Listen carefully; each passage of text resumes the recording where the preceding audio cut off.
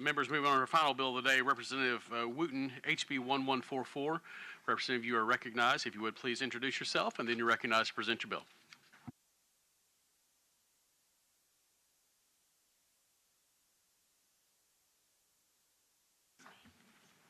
Thank you. Thank you, Mr. Chairman, committee members. First of all, let me say this is not intended in any way to be an attack on learns or to discredit learns. It's simply a matter of accountability, parental empowerment, if you will, for parents to be able to know how their schools are performing, whether they be public or private. They're entitled to be able to look at it. What brought this to my attention was, and many of you probably read the article in the paper that listed the test scores and the testing and different things several months ago. Well, when I went down that list and I looked at it, there were half of the private schools did not respond in any way. There was not an NA, or they just were blank. And I just feel like that for parents, both in private and in public, those that are in public have a right to know exactly what the test scores are in private schools. And the parents in private schools have a right to know what the public school scores might be. And let me add to that private schools, and this is not an attack, it's just a fact. That is, and I'm trying my best not to use my coaching voice, Coach Magruder. My granddaughter told me one time we were having a discussion, and she said, Jimmy, she calls me Jimmy, she said, Jimmy, you're using your coaching voice. And so I apologize. But let me say that this is not an attack on learns. It's simply a parental right to be able to know. And private schools, they do not accept all who come. Now, they'll tell you that they do, because I had a board member of one of the larger private schools in the state said, "Oh no, you're wrong. We don't turn anybody down." I said, "You accept everyone that comes." Well, we review their grade point average and their ACT scores, and if we don't think they can matriculate at the level that our school requires, then we'll share that with them. And I thought for just a minute, and I thought, well, how many of them come after you share that with them? Well, none of them. Well, it's the same thing. It's just a subterfuge, if you will, as to how they turn them down. But they have a right to know. This bill just simply says an act to require a participating school under the Arkansas Children's Education Freedom Account program to comply with the same statutory and Department of Education reporting requirements to which schools are subject and for other purposes. It just simply requires that the private schools respond. And to my knowledge, and there may be somewhere in there, but there's no penalty if they do not. This bill has a penalty that they cannot accept the money. Now, you can say whatever you want to about how the money gets to the school. Whether it goes, some say it goes to the parents, and then the parents send it to the schools. And we're not directly involved, so we shouldn't tie any strings to it. This is not tying strings to it. Everybody likes to call on that and use that phrase. We won't tie any strings to the money. But let me share with you, that's accountability, responding to reporting and testing. And so that parents, here again, this is about parents being able to look and see what test scores are. It's being able to look and see what daily attendance is in a private school. This is not asking them to do anything other than report and meet the requirements that's in private that public schools have to comply with, and they must do it, and they have to do it, and it's the right thing to do. Accountability for taxpayers' money is what it's all about. Now, y'all just approved a bill for breakfast to feed young people. And I'm here to tell you that until we deal with poverty in this state, we're going to continue to have problems. And a lot of the low scores that we're seeing in public schools is not necessarily their fault at all. It's not the learning. It's not the process of teaching in the classroom. It's the home. And it's some other social ills and social problems. So what I'm asking, and what a multitude of people that have contacted me as a result of introducing this bill have said, look, it's fair. It's simply fair. And if anything is needed in government today, it's to be fair, to be treated fair. So I'll be happy to answer any questions or attempt to answer any questions. But I want you to keep in mind two things. One, that this bill is just parental involvement so that they can know, both public and private. And secondly, it's accountability. The private schools have a need for accountability. And now that they're taking the money, tax money that's given to them for education, they have a responsibility to let the taxpayers know that students are performing at what level. And parents have a right to be able to look. So this is simply a parental empowerment, common sense bill, if you will. And all I ask of you is the fact to give it a due pass and let the membership of the House have an opportunity to vote. Fair, level playing field that you've given to every other bill that deals with loans. You've let them all, you've given them a due pass, and some of you didn't agree with all that. And I know that to be a fact. So I'm just asking for a due pass vote on this and let it go before the full House and let them determine. Thank you, Mr. Chairman. Thank you, committee. Be happy to answer any questions. Thank you, Representative Wooten. Representative Wooten has presented his bill. Are there questions by the committee? Representative Meeks, you're recognized for a question. Thank you, Mr. Chairman. According to the bill, it says that it'll comply with reporting requirements under subdivision A14A within 90 days. Can you give us a list of what reports would be required from those schools should this be adopted? Well, I can't give you a total list of them, but I can tell you that it would be the test scores that are taken and reported to the ADE. It would be daily average attendance. It would be the number of meals that they feed or in the cafeteria, like the free breakfast and that type of thing. But it would be any report that's required. And if we're requiring it of a public school, then why not have private schools report too? Okay. And follow up is, so, and then what would so we require this report be presented to, I guess, ADE. What would then ADE be required to do with that report? Why? Well, they would evaluate it along with the rest, whatever they do with other reports. Okay. Vice Chairman McKenzie, you're recognized for a question. Thank you, Mr. Chair. So, Representative Wooten, you made a lot of comments about this bill representing fairness, making sure we have fairness and equity across the process.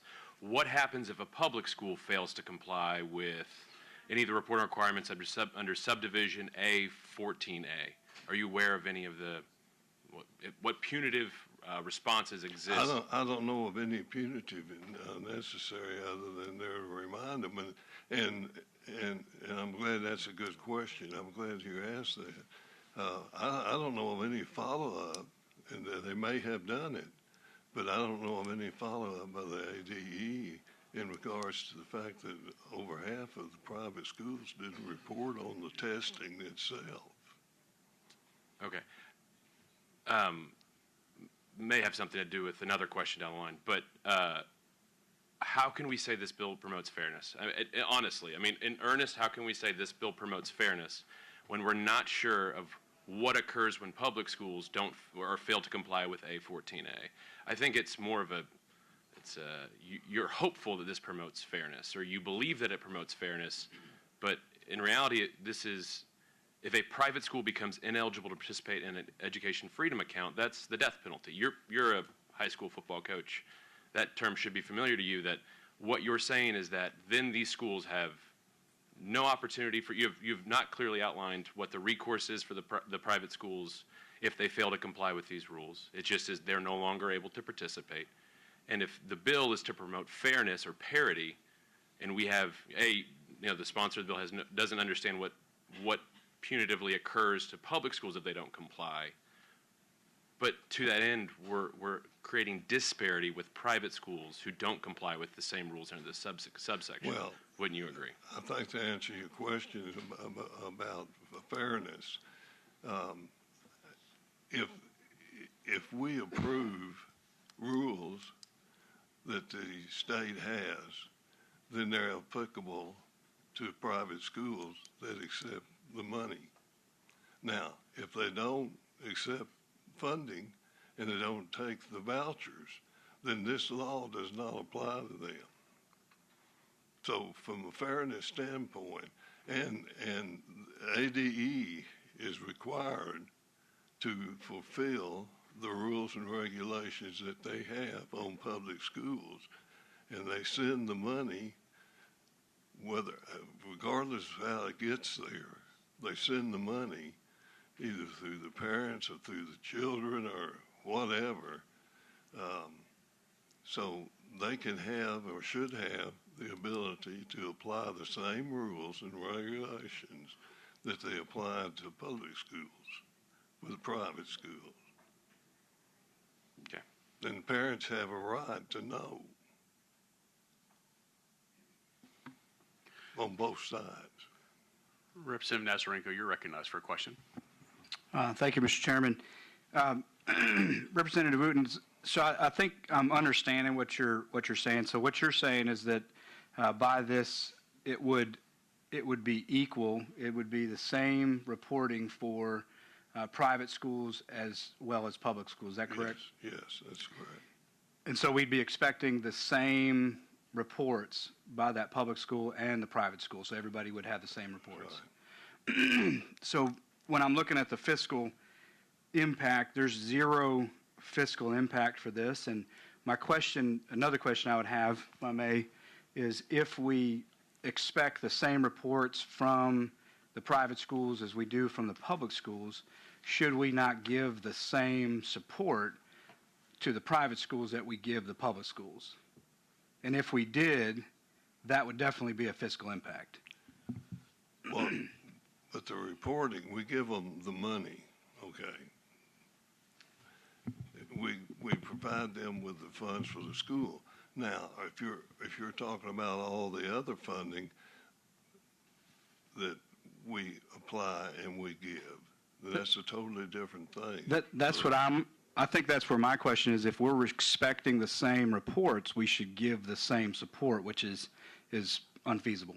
I mean, that from a public versus a private school standpoint, I don't see that would make any sense. Well, you know, it's all in how you look at it, you know, and asking them to fill out a report that applies directly to the funding that they're receiving, then they are receiving money. So it's just simple accountability for what they are receiving. And the money that we gave to them or giving to them is for matriculation purposes.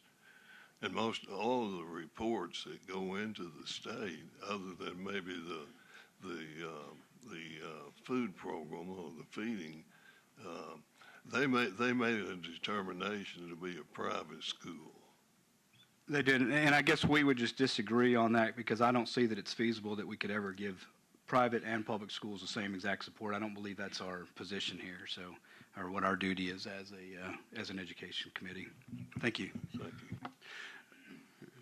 Representative Wooten, just a follow-up question to that from me. Wouldn't you agree that relative to the amount of reports that are required from public schools, that there's a cost associated with that? That's correct. So And how would we? The fiscal impact, now I'm just assuming here, the fiscal impact statement applies to the cost for the state, which ultimately ends up in the cost for taxpayers. But they're already collecting the reports. It's just a matter of adding in the private schools. But wouldn't you agree that each public school has someone who's responsible for doing reporting that has to flow down to ADE? That's true. And so how would I we, would agree. since we're not sure as to what all reports would be required, what would be the best way to advise a private school as to how they need to account fiscally for the additional reporting requirements, since we're not even sure what reports those would be? Well, I see where your question or where you're headed from the standpoint of expense to the private schools.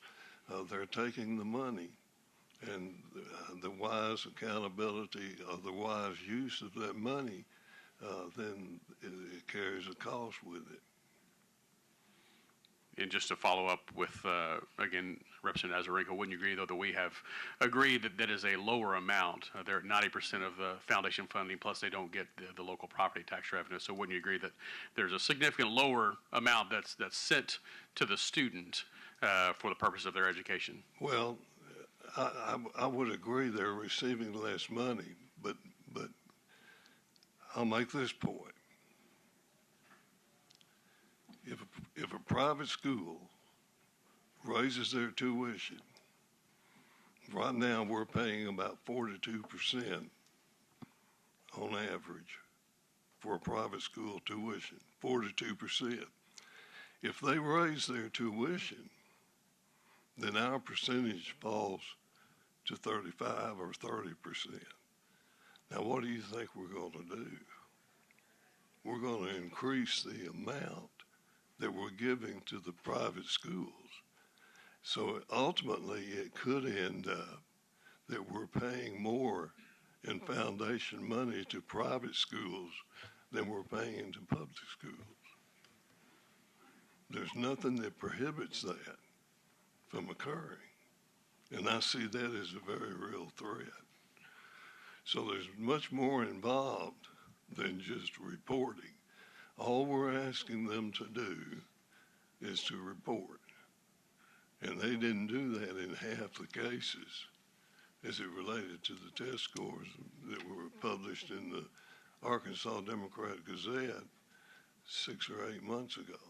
I'm not talking about the recent, I'm talking about back in 24.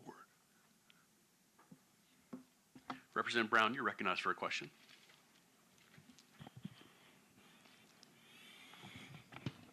Thank you, Mr. Chair.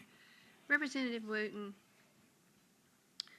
I'm just going to be up front. I don't support this bill.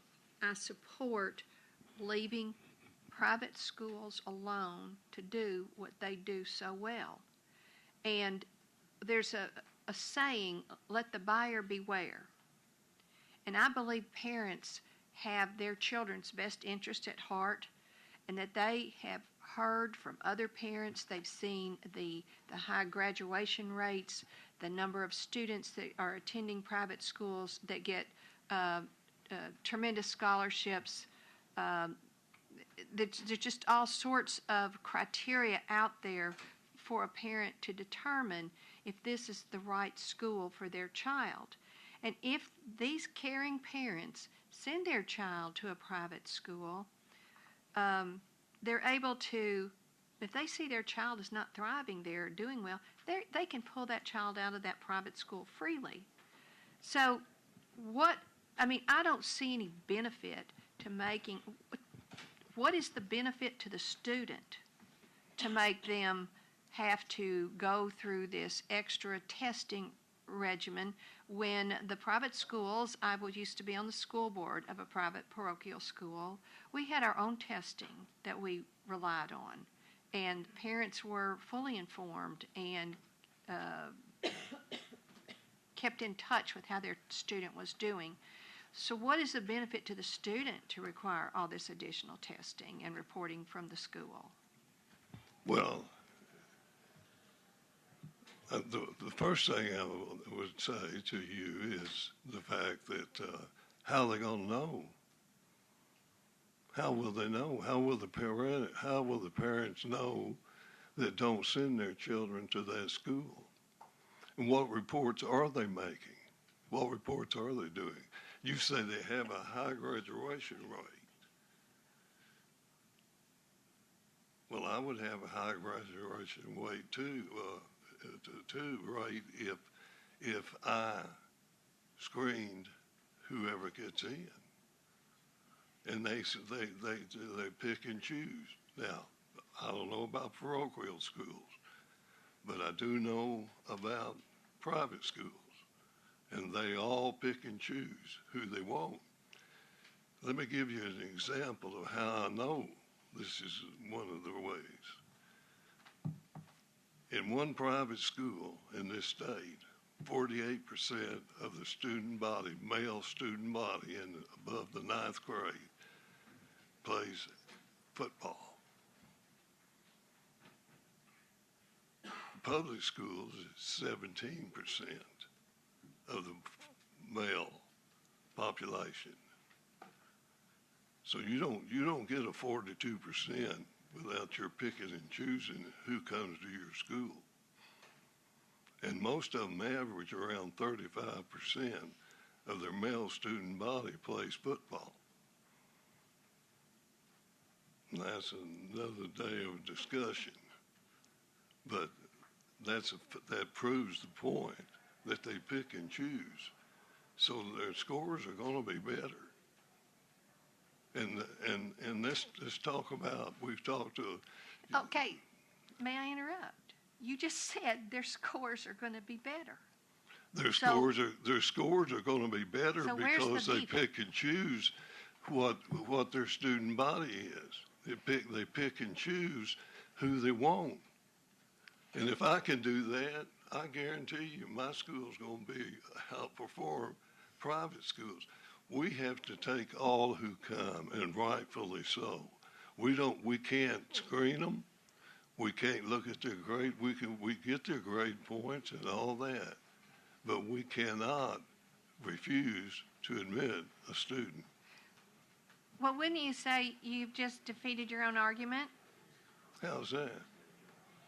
Well, I don't know how much private schools screen their students. I really don't. I know that the only reason that we screened our students at our school is if we felt like our teachers weren't equipped to handle a certain behavior issue or whatever the special need was.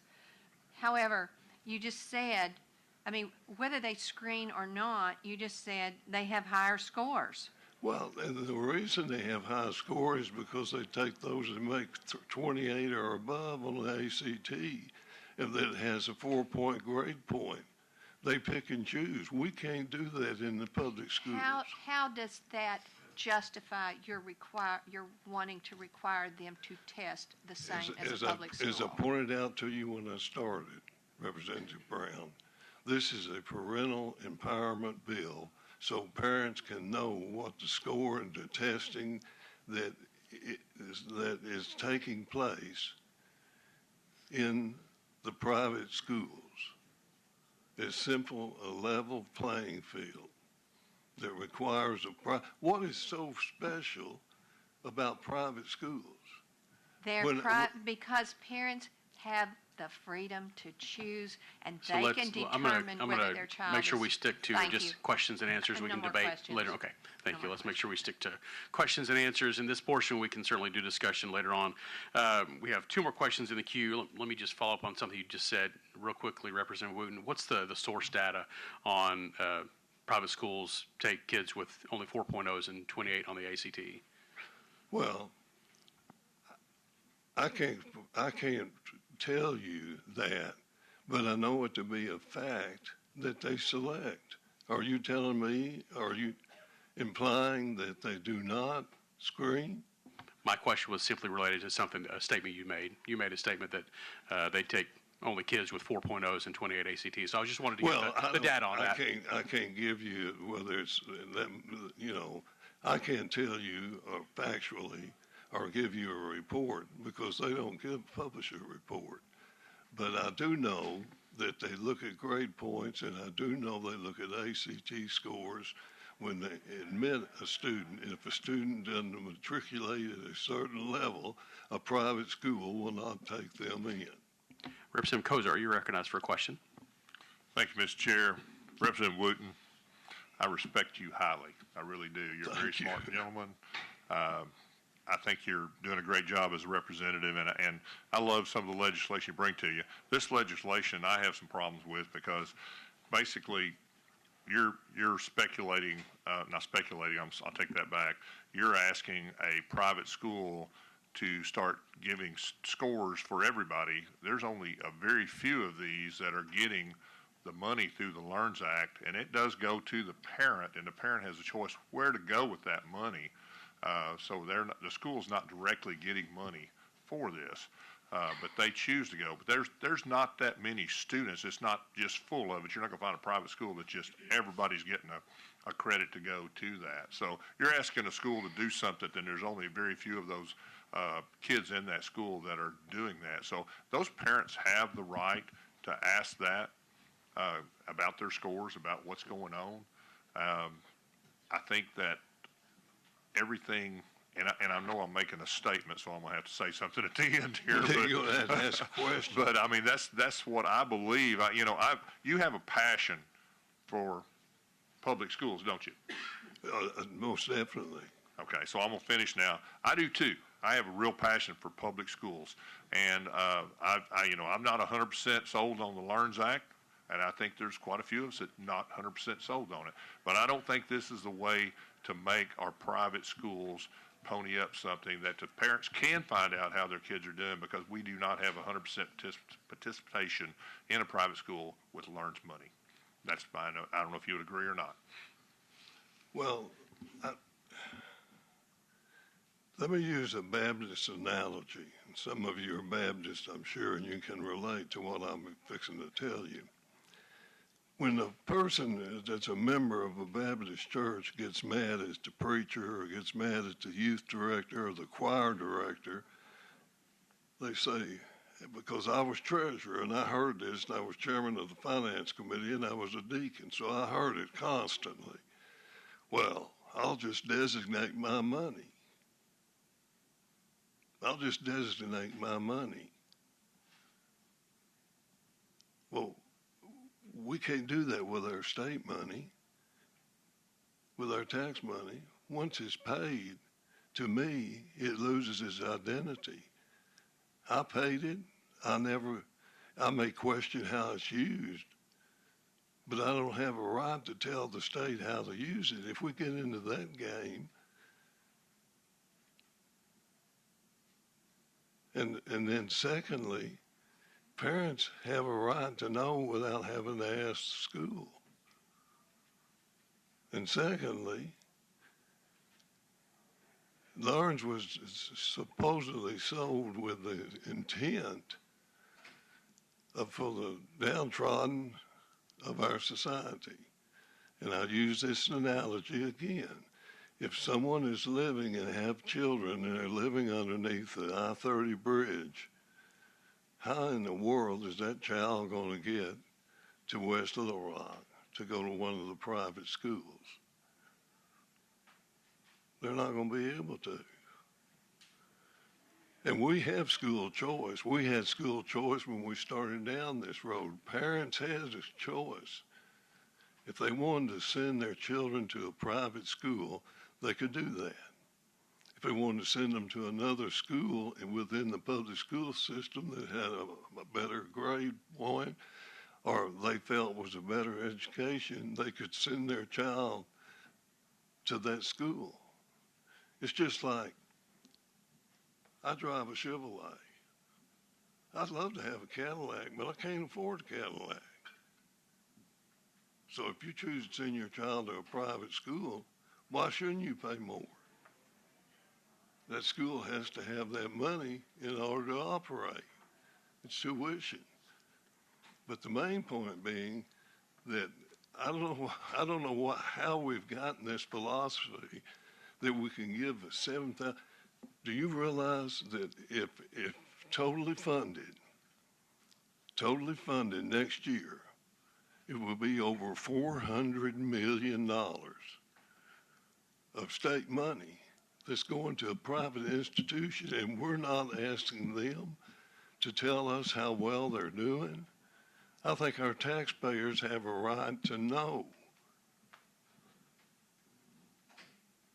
So I can't understand, and I do have a passion for public schools. I do. And I have a great deal of respect for you, Representative Cozart, you know that.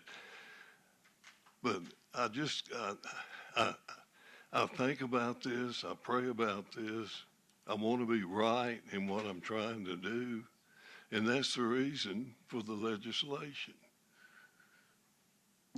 Private schools, when they take taxpayers' money, we face this every day in state government. The federal government will tell us, and that's our money that's coming back to us.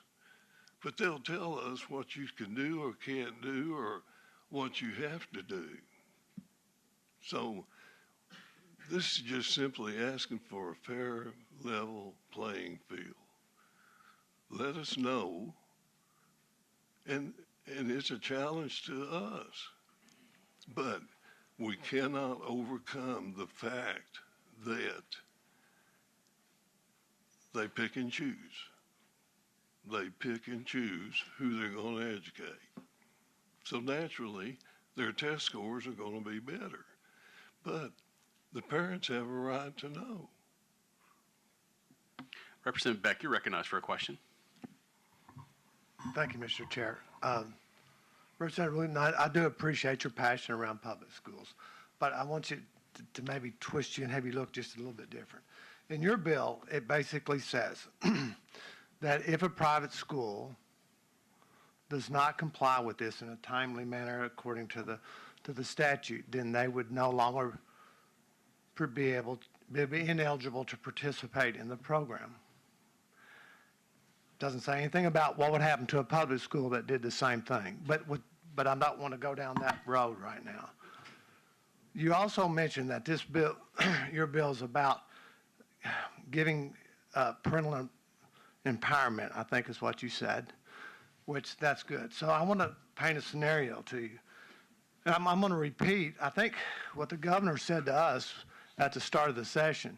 There's a young lady up there who was a single mom who had, and I don't remember all the details, but she had, I think, 3 children that were, because of the LEARNS Act, she was able to take those kids to a private school, and they were doing very well in the private school. Now, I don't know what the situation was.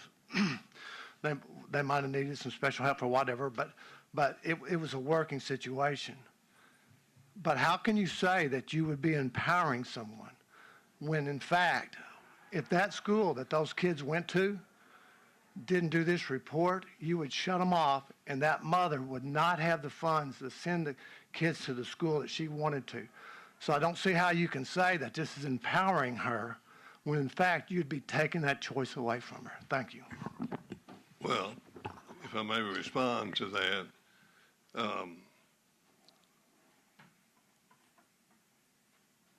parents can look and see exactly what scores are, and they may not be satisfied with that. There may be other reasons. But on this bill right here, it just simply permits them to be able to look at and be able to determine if they want to leave their child there, that's fine. If they want to take them out to another school, that's fine. If they look at it from the standpoint that the school that their children would attend in public school has as good a scores as their school, then they can take them out. Vice versa.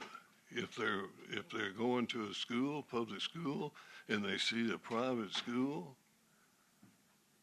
you know, and the other thing that we're forgetting is they've got to come up with the other percentage of the tuition. We're not paying all their tuition. We're paying about, on average, 42%. So if they're going to take their children to a private school, they got to pay the other half, or roughly the other half, of the tuition to get that child in. On the backside, I can give you an example of a family of 4, single mother. She wants to homeschool. She makes $35,000 a year. If she wants to homeschool, she can get the money of about $36,000 a year. So she's no better off, because if she quits her job, all she's getting is the income off of the Freedom account. So what do you think? She doubles her income. She continues to work, and the 4 kids don't get an education. And I got an example of that in the letter that came to y'all the last time from the National Homeschoolers Association supporting my bill that I had introduced then. Because in the last paragraph of the letter, the lady stated that she was a victim of exactly what my bill was designed to prevent. She was put in homeschooling in the 5th grade, did fine till she got to the 9th grade, and her parents could not keep up with the high school education. They continued to take the money, and she didn't get an education, so when it came time to go to college, she couldn't get in.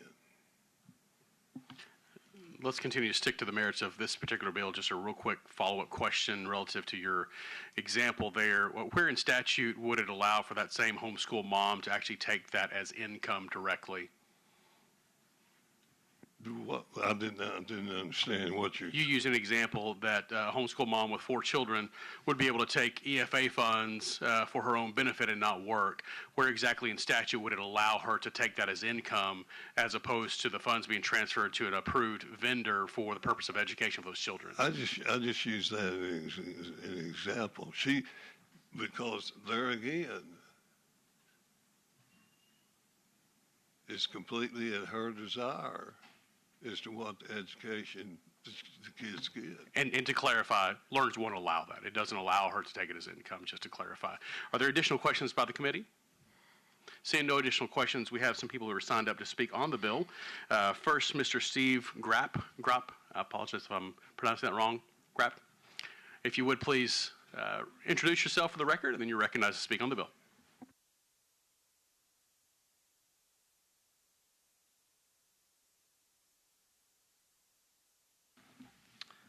Good morning. Still morning, I think. Thanks, Chair. Thank you for committee for letting me speak. Thank you, Representative Wooten, for running this bill. I'm with Stand Up Arkansas, which is a direct democracy nonprofit that tries to bring the ballot initiative process and different forms of working with representatives to have self-governance to the citizens of Arkansas. And over the last 2 years, 2.5 years, I've been involved in 2 initiative or referendum processes around this issue.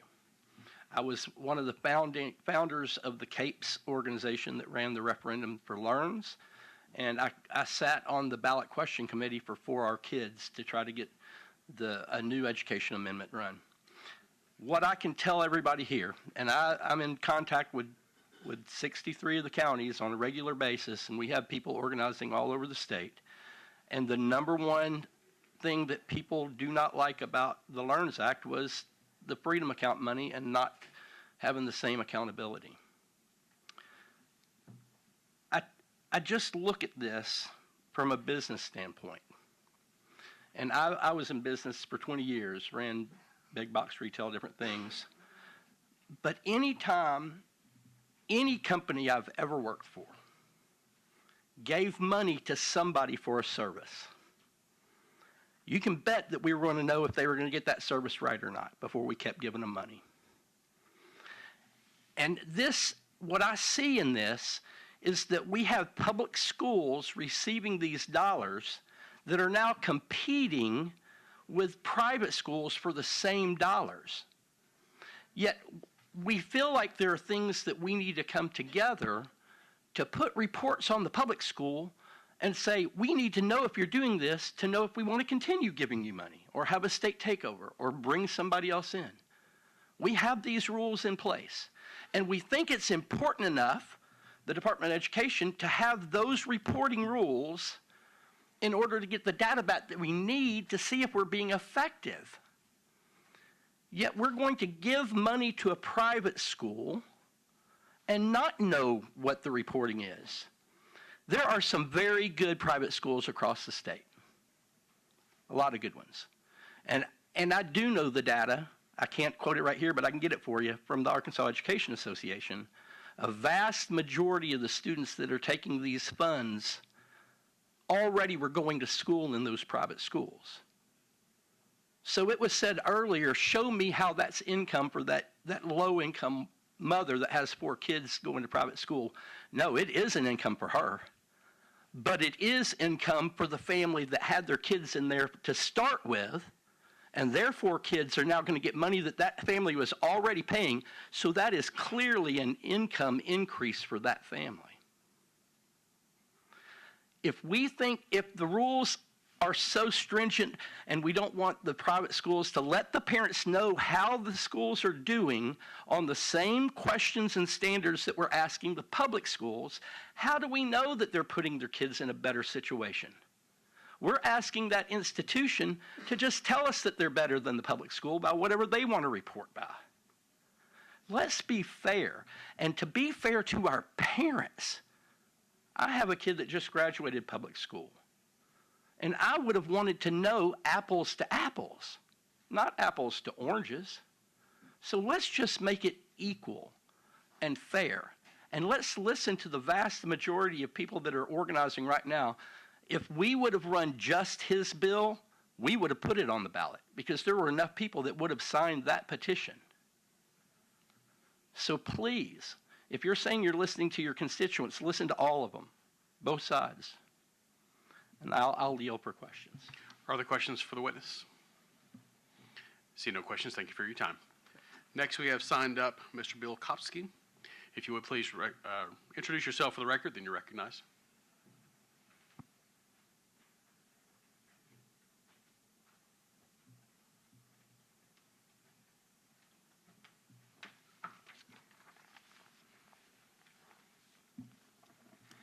My name is Bill Kopsky. I'm the director of the Arkansas Public Policy Panel in the Citizens First Congress. It's good to see you today. Thanks for having us.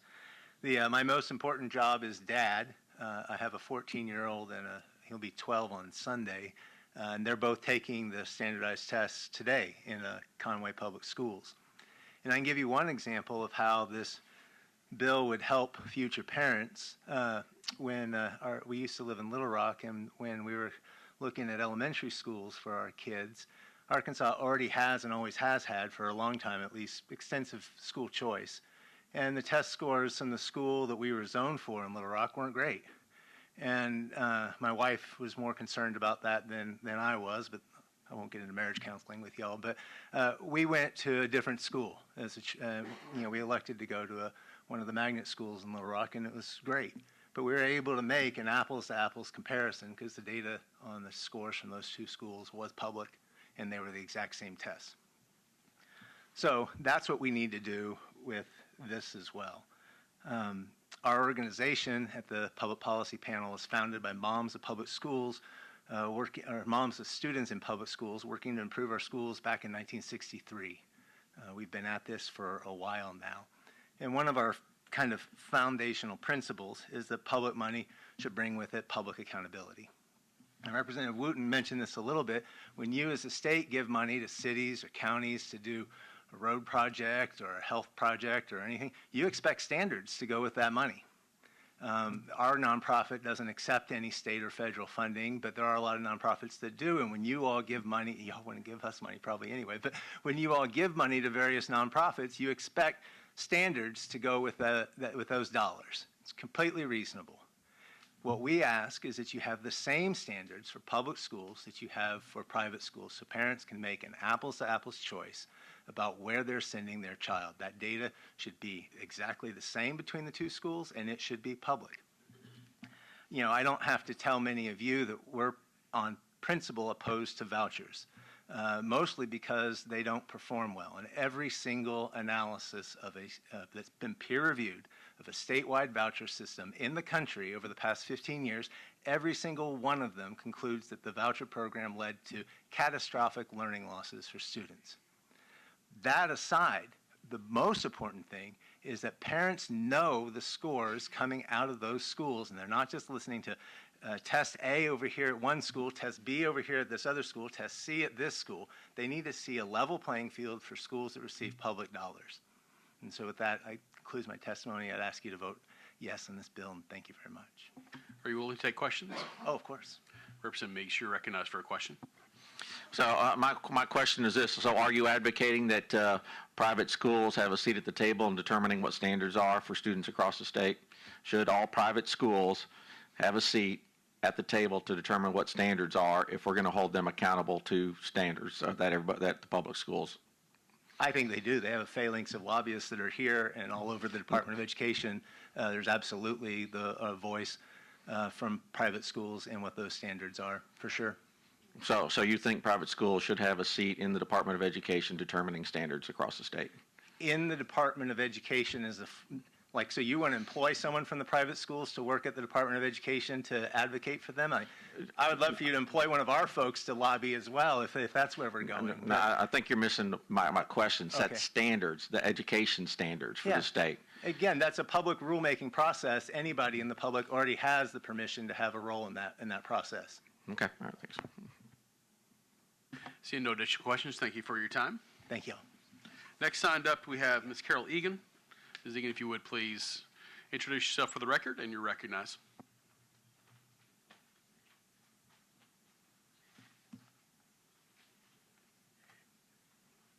Y'all are going to get sick of me. I'm Carol Egan, here as an individual and just sort of coincidentally here to speak for this bill because I was coming for the other one.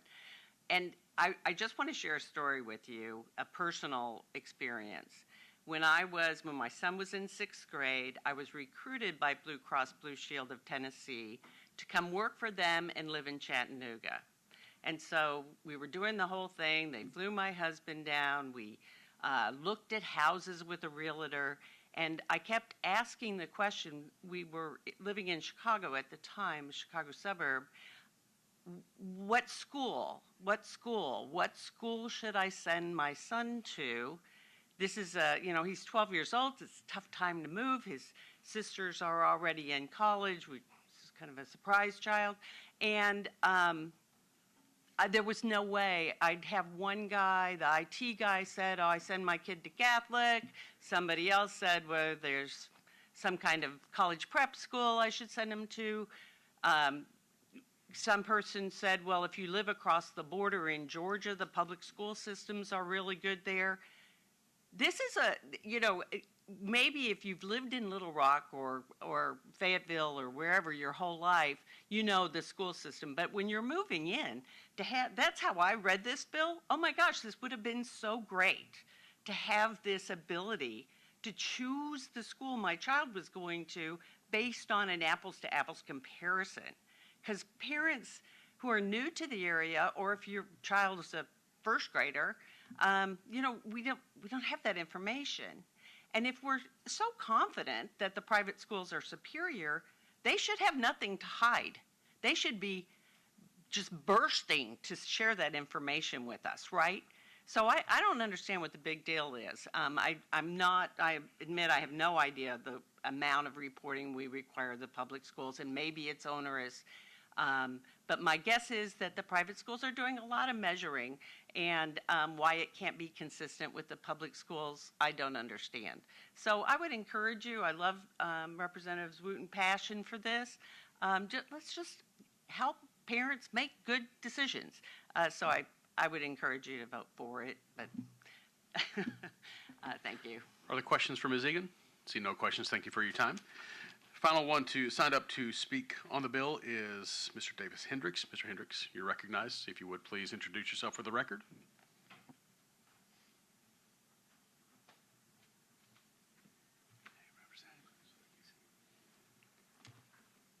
Davis Hendricks, is this on? Yes. You hear? Okay. Davis Hendricks, it's good to be back. I spent and I'm representing myself this morning. I used to represent a nonprofit, an education nonprofit, and spent a lot of time at the legislature every session and even during the adequacy report sessions afterward, following the efforts of this legislature to improve education in Arkansas. And let me say that as working in public education for 50 years in Arkansas, and having retired back in 2005 and then doing other kinds of work, school improvement work, working for a company that had the best track record in actually helping schools turn around of any in the country, taught me a lot about the difficulties in managing something as complex as an education business. Having worked with schools that were struggling and finding best practices and helping them work toward achieving best practices on every level, both support staff up to superintendents, to teachers, et cetera, and extracurricular as well. I learned that this is what you face is a monumental task. Having been down here for the last 30 years, 25 to 30 years, following your efforts and seeing where it is now, the challenge is greater than it's ever been. Let me be real clear.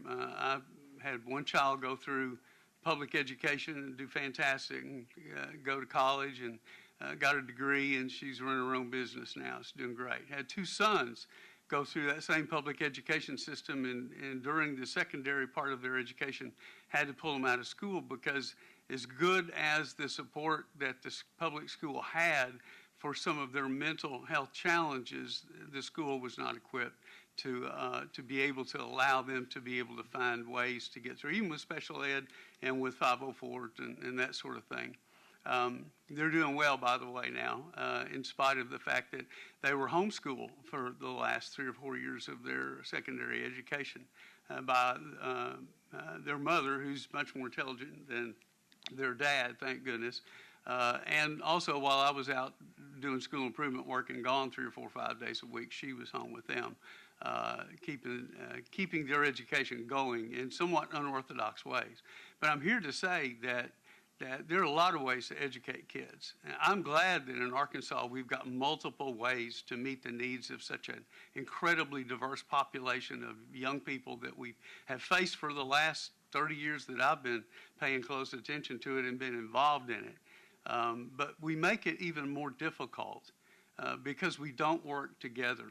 We end up dividing into camps of private school and public school versus charter school versus homeschooling, a whole nother area that I can tell you from having been there 10, 15 years ago, we don't monitor homeschooling well at all. And I think that's the legislature's responsibility to monitor all of that. And so I support this bill because it just looks like one piece of the puzzle of at least documenting and holding accountable folks who are using state money, but mainly for the purpose of parents who need to know if I'm making the right choice.